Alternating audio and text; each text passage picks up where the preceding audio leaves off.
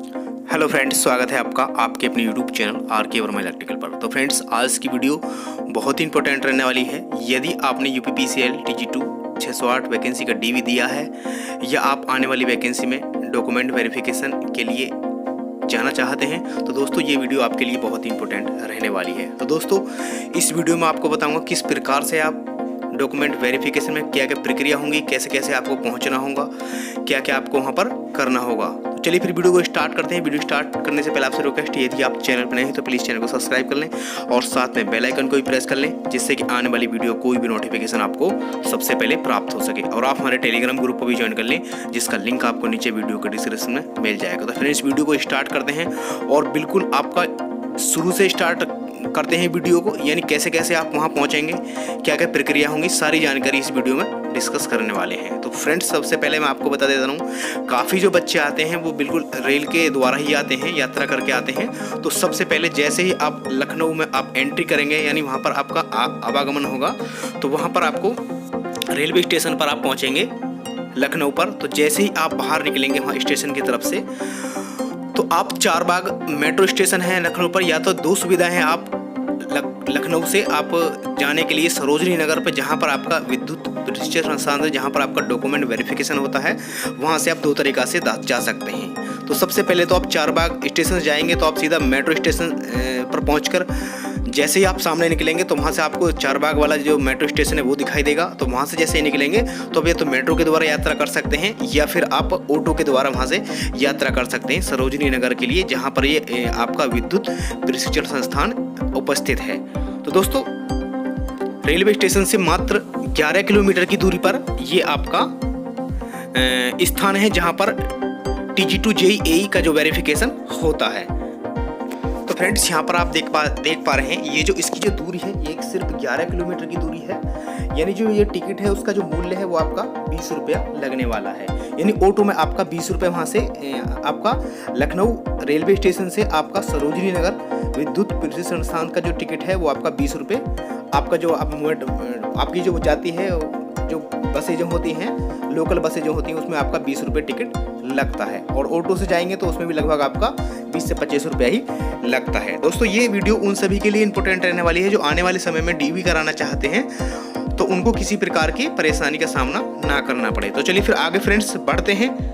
तो फ्रेंड्स, जैसे ही आप वहाँ पर पहुँचेंगे सरोजनी नगर विद्युत प्रशिक्षण संस्थान Uttar Pradesh power corporation limited, Sarojini Nagar, Kanpur road, यहाँ पर आपका दिखाया गया। तो जैसे ही आपको ऑटो से उतरेंगे तो आपको राइट हैंड साइड पर ये आपको इस तरह का बोर्ड आपको लगा हुआ वहाँ पर दिखाई देगा। तो जैसे ही आप एंट्री करेंगे फ्रेंड्स, तो मैं आगे की कहानी आपको बता देना चाहता हूँ।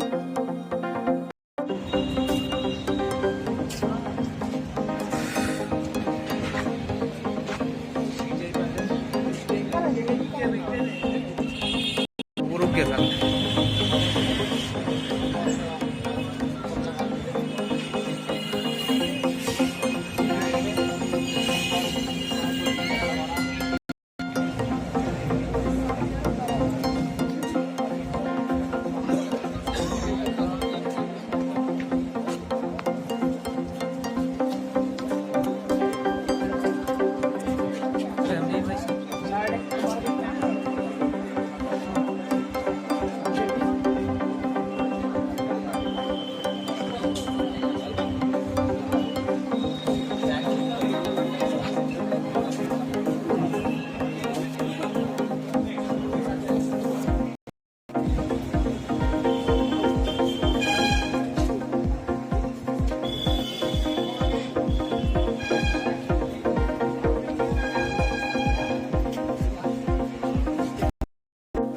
फ्रेंड्स, जैसे ही आप एंट्री करेंगे उसके बाद आप यहाँ पर आप पहुँच जाएंगे, जहाँ पर आपको एक सर आपको आवाज़ पैनल के हिसाब से उसमें एक टाइमिंग होती है, यानी जो आपको पैनल में टाइमिंग दिया गया है और जो आपका पैनल है उसी के अनुसार आपको वहाँ पर बुला लेते हैं। यानी इतने बजे से इतने टाइमिंग दे देते हैं, इतने बजे तक का टाइम वाले बच्चे वो आ जाएं तो वो चले जाते हैं। उसके बाद एक सर हैं जो विद्युत सेवा आयोग से ही हैं, वो एक आपको इस तरह का फॉर्म आपको दे देते हैं।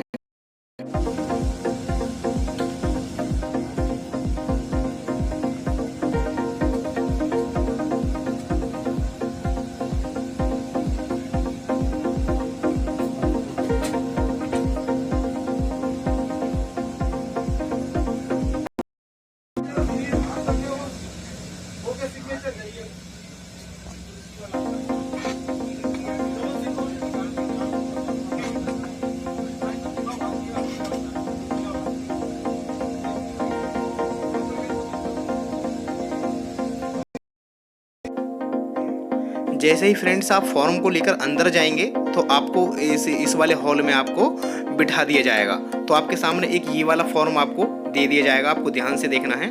इसमें आपको सारी जानकारी अपनी फिल करनी होती है। चेक फार्म करके नाम इससे होता है, यानी पिछली बार जो वेरिफिकेशन हुआ था उसमें आपके 2 फार्म दिए गए थे। एक तो ये वाला फॉर्म आपको दिया गया था और चेकलिस्ट वाला एक, और दूसरा जो फॉर्म आपको दिया गया था उसमें आपको यानी आपका जो डिस्कॉम की जो उसमें आपकी चॉइस थी, जो 5-6 डिस्कॉम है उसकी चॉइस थी, वो फिलिंग करनी थी, लेकिन अब की बार ऐसा नहीं हुआ है। तो दोस्तों यहाँ पर आपको सावधानी से बिल्कुल फार्म भरना होता है। इसमें आपको दिनांक दिया होता है और उसमें टाइमिंग, यानी जो आपको पैनल का टाइमिंग दिया गया है वो आपको टाइमिंग फिल करनी होती है। पैनल का नाम यहाँ पर आपको फिल करना होता है और इसमें आपको अभ्यर्थी का नाम और उसमें एड्रेस यहाँ पर आपको फिल करना होता है। अनुक्रमांक यहाँ पर आपको फिल करना होता है और आवेदित पद का क्रमांक यहाँ पर पहले से ही लिखा हुआ होता है। यदि आप जेई से हैं तो जेई यहाँ पर लिखा हुआ होगा, यदि आप टेक्नीशियन से हैं टेक्नीशियन लिखा हुआ होगा और आपको जन्मतिथि यहाँ पर आपको फिल करनी होती है। अब उसके बाद नीचे चलते हैं, चेक बॉक्स वाला जो है आपको इसमें उसके अनुसार ही आपको अपना फार्म उसमें क्रम वाइज लगाना होता है। यानी जैसे यहाँ पर आप देखो पहले नंबर पर आपको यहाँ पर देखना है, यानी आवेदन ऑनलाइन आवेदन या आपका सीबीटी हेतु परीक्षा जो प्रवेश पत्र मिला हुआ था उसकी आपको फोटोकॉपी यहाँ पर लगानी होती है। यदि आपके पास दोनों में से कोई है तो यहाँ पर आपको यस कर देना है और दोनों में से कुछ भी नहीं है तो आपको वहाँ पर नहीं करना है। और दोस्तों यहाँ पर आपको 10वीं के बारे में पूछा गया है, अंक प्रमाण पत्र और आपका जो सनद होती है उसके पास, यदि आपके पास दोनों हैं तो आपको उसमें यस करना है, यदि नहीं है तो नहीं करना है। और उसके बाद ITI की मार्कशीट और आपका प्रमाण पत्र होता है, उसमें भी आपको यही आपके पास है तो आपको यस करना है और अन्यथा आपको नहीं कर देना है। उसी प्रकार तो फ्रेंड्स उसके बाद यहाँ पर आपको यानी आपका कास्ट सर्टिफिकेट के लिए आपको बोला है, यदि आपके पास है तो आपको यस कर देना है, नहीं है तो आपको नहीं कर देना है। उसके बाद ये सारे फॉर्म इस प्रकार से आप फिल कर देंगे और आपके बाद में आपको यदि आपके पास कोई अन्य यहाँ पर कोई जैसे मान लो CCC कर रखा है आपने या कुछ और कर रखा है तो वो आपको लगाना है। तो यहाँ पर आपको लिख देना है, उसका विवरण लिख देना है, क्या है आपके पास कौन सा सर्टिफिकेट है और उसके पास यहाँ पर आपको यस कर देना है। यदि आपके पास नहीं है तो आपको यहाँ पर नहीं कर देना होता है। उसके बाद फ्रेंड्स एक सर होते हैं, उसमें एक फार्म देने के बाद आपको सारा इसमें फिल कर लेते हैं और उसमें नीचे आपको यहाँ पर दिया गया है, आपको यहाँ पर अपना मोबाइल नंबर मेंशन करना होता है, उस पर आपको सिग्नेचर करने होते हैं और यहाँ पर एक आपको अपनी रिसेंट वाली एक फ़ोटो यहाँ पर आपको लगा देनी होती है।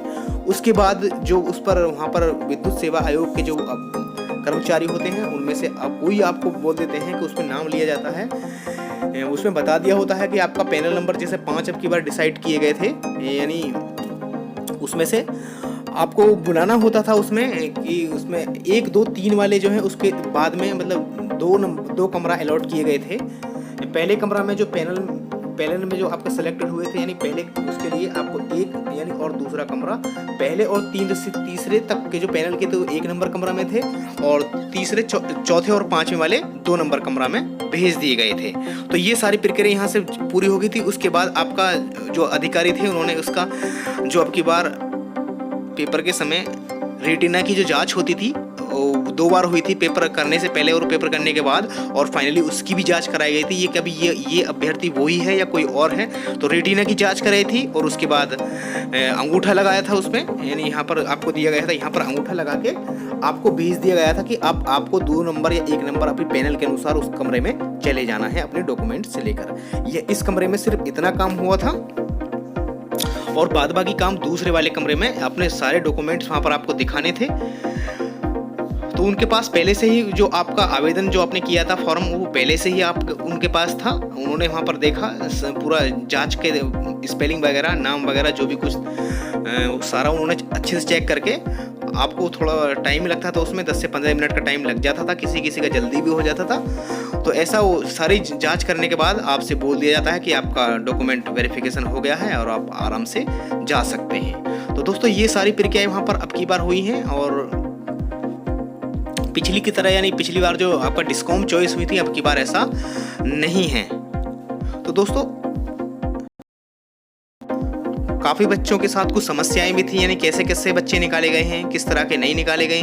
काफ़ी बच्चे के साथ समस्या थी, यानी जाति और मूल निवास से कुछ समस्याएं थी, यानी किसी के पापा जी के नाम में कुछ प्रॉब्लम है, किसी के माता जी के नाम में कुछ प्रॉब्लम है। तो उनसे बोल दिया गया था कि आपको मतलब 10 दिन या 15 दिन का टाइम दे दिया था कि उसके बीच में आपको ये सही करा के सबमिट कर देना है। तो जाति और मूल निवास से तो कोई ज़्यादा प्रॉब्लम नहीं थी, लेकिन कुछ बच्चों का सर्टिफिकेट डाउनलोड नहीं था या किसी बच्चे का मतलब उसमें उनके पास मार्कशीट नहीं थी। और एक ख़ास बात ये थी अब की बार, यानी जो आपका 2020 में जिन्होंने ITI की है, यानी जिस टाइम तक आपका फार्म फिल होना स्टार्ट हुए थे उससे पहले के आपके पास ITI कंपलसरी होना अनिवार्य था। ऐसा नहीं था, कुछ बच्चों ने अपेयरिंग में अपनी तरफ से नंबर फर्जी टाइप करके नंबर उसमें फिल कर दिए थे और फार्म भर दिया था। तो फाइनली दोस्तों ऐसे बच्चों को अब की बार वहाँ से निकाल दिया गया है, उनका DV नहीं हुआ है। और दोस्तों काफ़ी बच्चों के साथ यही प्रॉब्लम थी, उनके यानी उनके मम्मी पापा के नाम में कुछ थोड़ा बहुत करेक्शन था, यानी स्पेलिंग मिसप्रिंट थी, तो उनसे एक एफिडेविट लगवा कर वहाँ से उनको वेरिफिकेशन करा लिया है। और दोस्तों कुछ बच्चों के साथ यह प्रॉब्लम थी, यानी उसमें हाई स्कूल की मार्कशीट में तो आपका जो आपका सरनेम होता है, मान लो किसी का नाम महेश कुमार है और उसमें ITI के महेश कुमार शर्मा हैं, तो ऐसे बच्चे नहीं, थोड़ा बहुत इसमें सरनेम में थोड़ा बहुत अंतर हो रहा है, तो ऐसे करके ऐसे बच्चों को भी वहाँ से उसका DV नहीं हुआ है। और काफ़ी बच्चों के साथ बहुत अलग अलग सभी तरह की समस्याएं थी। तो जो जेन्युइन उनको लगता था कि इनको ले लेना चाहिए तो उनको लिया गया है। और अब की बार पिछली बार भी COE वाले जो ट्रेड वाले थे बच्चे, वो भी अब की बार वेरिफिकेशन उनका भी करा लिया गया है।